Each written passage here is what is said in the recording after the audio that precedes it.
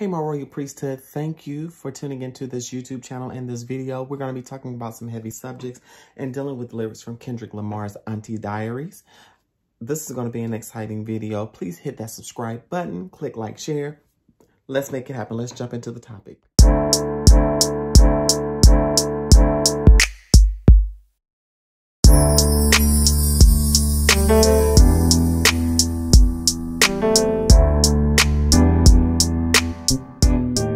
So recently, Kendrick Lamar released a record-breaking album, Mr. Morale and the Big Steppers, and this is a phenomenal album. It goes so deep, and I can't put it all into words, but one of the songs that have become my favorite is Auntie Diaries, and is dealing with Kendrick Lamar and his dealing with and growing up around trans people and how he's seen two different relatives transition at different points in his life. And we see the history, we see the time periods for each thing by the description. And I'm going to dive right into my thoughts and my feelings about this. It starts off, we're going to just jump right into the verse. It says, my auntie is a man now. I think I'm old enough to understand now. Drink a Parmesan with her hat turned backwards. Motorola pager, off-white guest jacket, blue Air Maxes, gold chains, and curl kits. 93 Nissan wax job, the earliest big social, big personality vocal. Played the underground verbatim and stayed local. My auntie is a man now. I watch him and his girl hold their hands down. Tip of the avenues under streetlights made thinking. I want me a bad bitch when I get big. And he's going into this vivid description of the masculinity that his aunt has become. And one thing I listen for is the pronouns that he's using. And he alternates between she and her in this. And you can see that he's growing up with this as a kid. It's not really bothering him. He's just along with the ride because he admires his aunt so.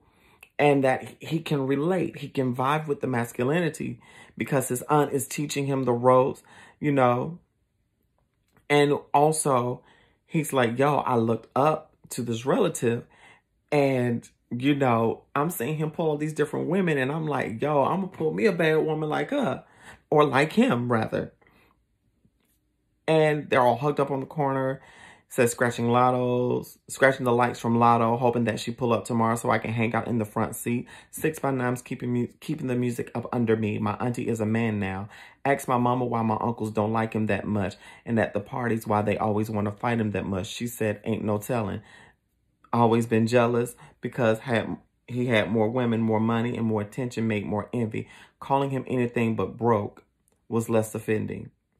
We see that his uncle is on top of his ish, is on top of his game, and it's causing issues with the other siblings. And you can tell that it was a comfort level there because at this time, you know, given at the time that it's describing, it's giving me 90s vibe. You know, we were the butt of jokes. Trans people were the butt of jokes, especially with shows like Jerry Springer, Maury Povich. They had to guess whether this was a man. Occasionally, they would have, was this a woman or a man? And different stuff like that. We were seen as a freak show. And, of course, other uncles seeing what was once known as his aunt become one hell of a man before them. I could imagine they're like, you're not going to outman me. You're not going to be able to show me up in my manhood. But there's no doubt his uncle is showing up his other uncles. And of course, they're seeing how his now uncle is having this access to different things. And they're like surprised, but he was like calling him anything but broke was less offending. And it goes on. In the second verse, my auntie is a man now. I think I'm old enough to understand now. Drink a Parmesan with her hat turned backwards. Back when it was comedic relief to say, I'm going to say it faggot, and I don't want to get banned for saying this, but he's using this word, FFF. We ain't know no better. Elementary kids with no filter. However, my auntie became a man and I took pride in it. She wasn't gay. She ate. That was the difference. That's what I told my friends in second grade. She picking me up from school. They stare at her in the face. They couldn't comprehend what I grew accustomed to. So you can tell he's growing up accustomed to this. He's not, to me, he's showing how innocent he looked at this as a child, but he went with it because he loved that person regardless. And he talks about how the kids would look at his relative, his uncle or auntie, as she walked in her manhood, and it challenges, okay, the gender and expected sexual norm of people. People are curious about that. We see that with laws, how they're so obsessed with genitalia and policing people's bodies and things like that. But also, I want my trans brothers to comment on this and really talk to me about their perception about Auntie Diaries. Also, he talks about how Kendrick talks about how he grew up fast, and his uncle served as that masculine figure that kept him fresh, cut his hair at the pad, was loving the fade. And this was the first person that he saw rap. So it was this masculine bonding that he's seeing, and seeing how his auntie, now uncle, is running these streets, how his auntie's now his uncle, but he's cool with it because they doing the man things that he can relate to. And now we see a flip side of this. When it says, my auntie was a man now, we cool with it. The history had trickled down and made us ignorant. My favorite cousin said he's returning the favor and following my auntie with the same behavior. So now we're seeing a different relative transitioning, becoming their true self. Going into verse 3, he says, Demetrius is Mary Ann now. He's more confident to live his plan now. Talking to the world's going to bring you down, but the family in disbelief this time. Talking to the world's going to bring you down. Convincing themselves he ain't living discreet. He's fine. They never seen it in it, but I seen him. The Barbie dolls played off reflection of Venus. He built a wall so tall you couldn't climb over.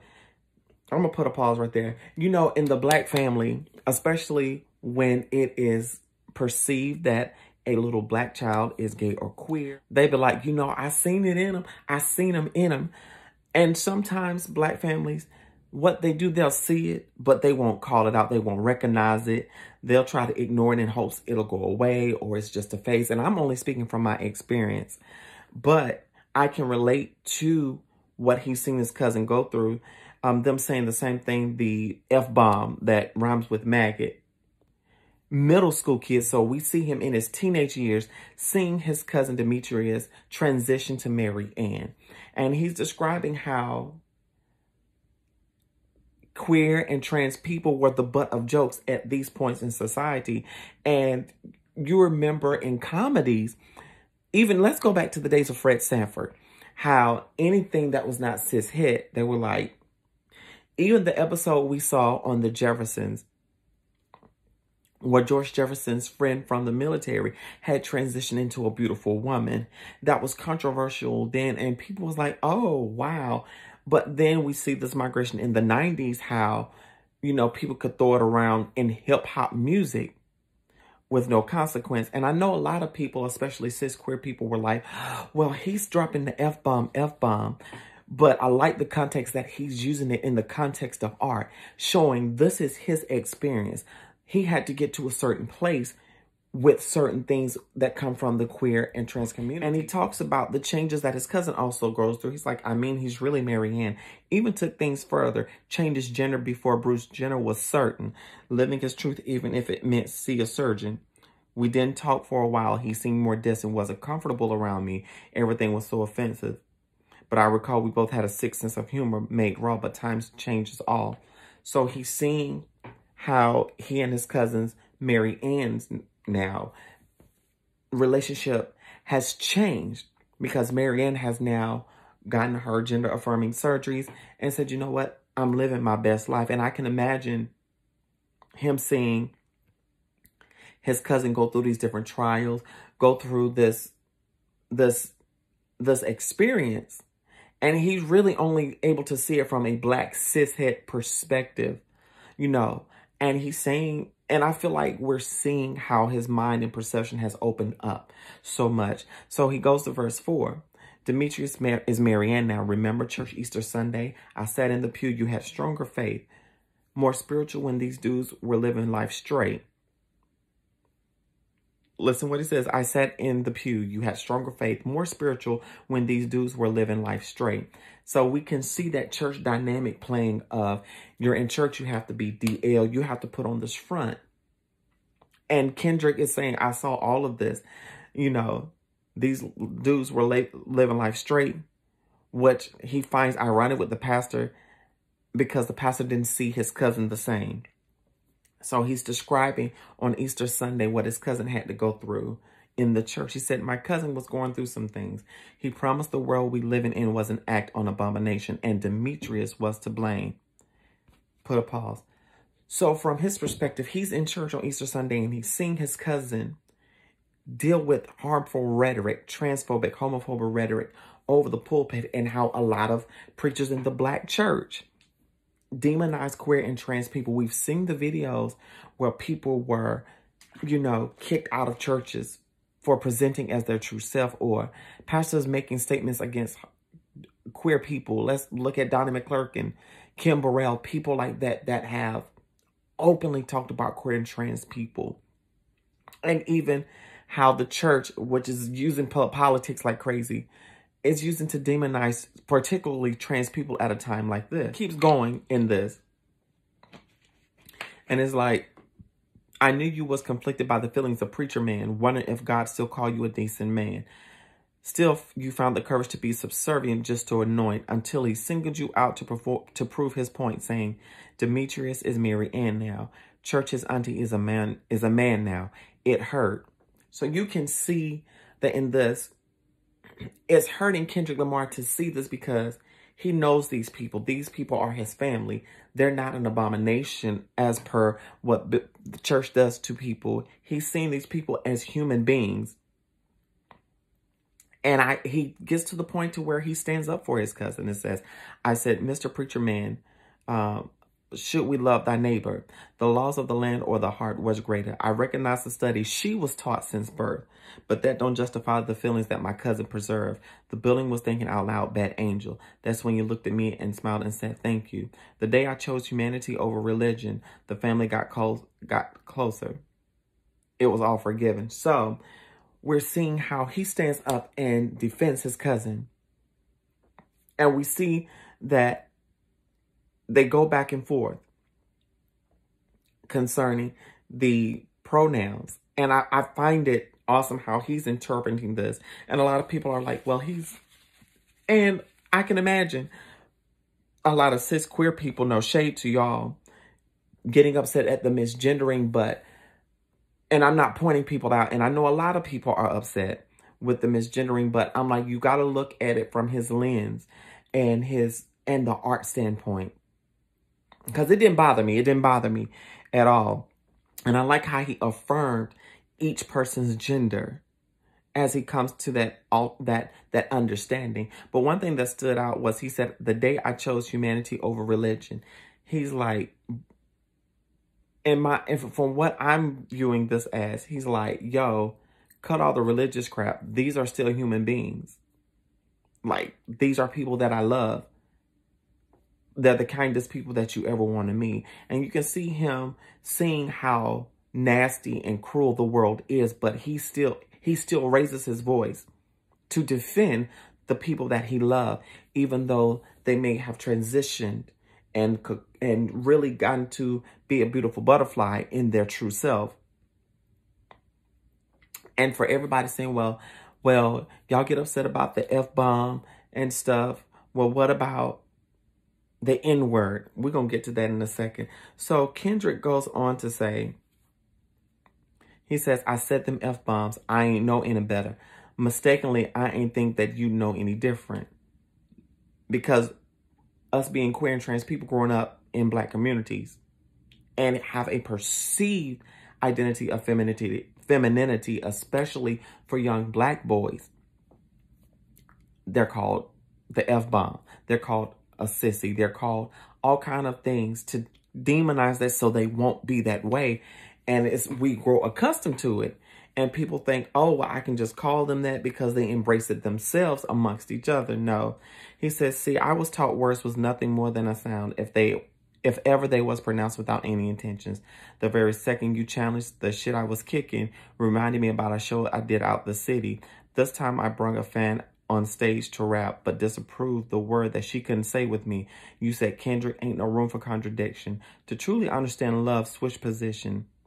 F-bomb, F-bomb, F-bomb. We can say it together, but only if you let a white girl say the N-word. And I'm censoring myself because I'm on YouTube.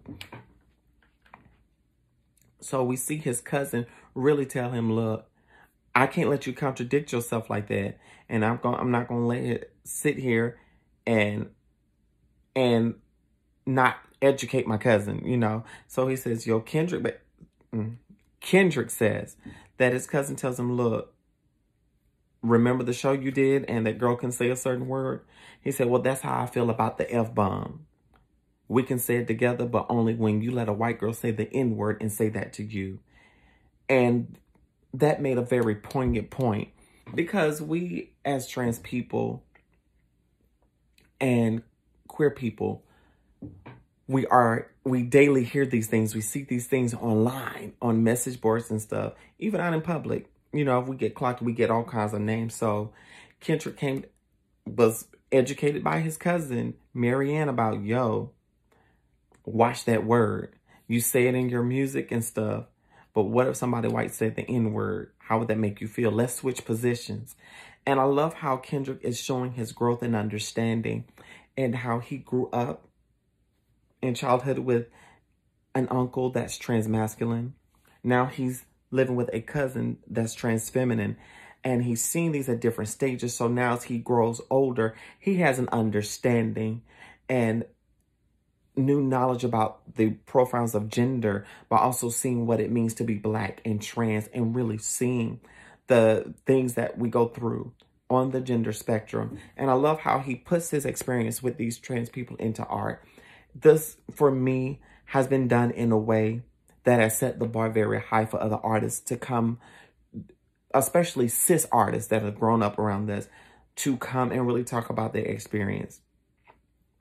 And I'm so proud that he did this. I'm glad that Kendrick Lamar did this. It's very poignant for me, and I'm so glad that a cis-het Black man used his art and his platform to talk about this experience. With him growing up with transgender relatives, how he sees society treat them, how he saw family treat them, how he saw the masculine versus the feminine treated as well. Because, you know, some families, they will really say, child, I ain't see that. They chose not to see it because it was uncomfortable, and they didn't know how to address it because of how we are religiously taught, and how society taught us that men and women are supposed to be in one role, that gender is binary. And I can't say much more about the song.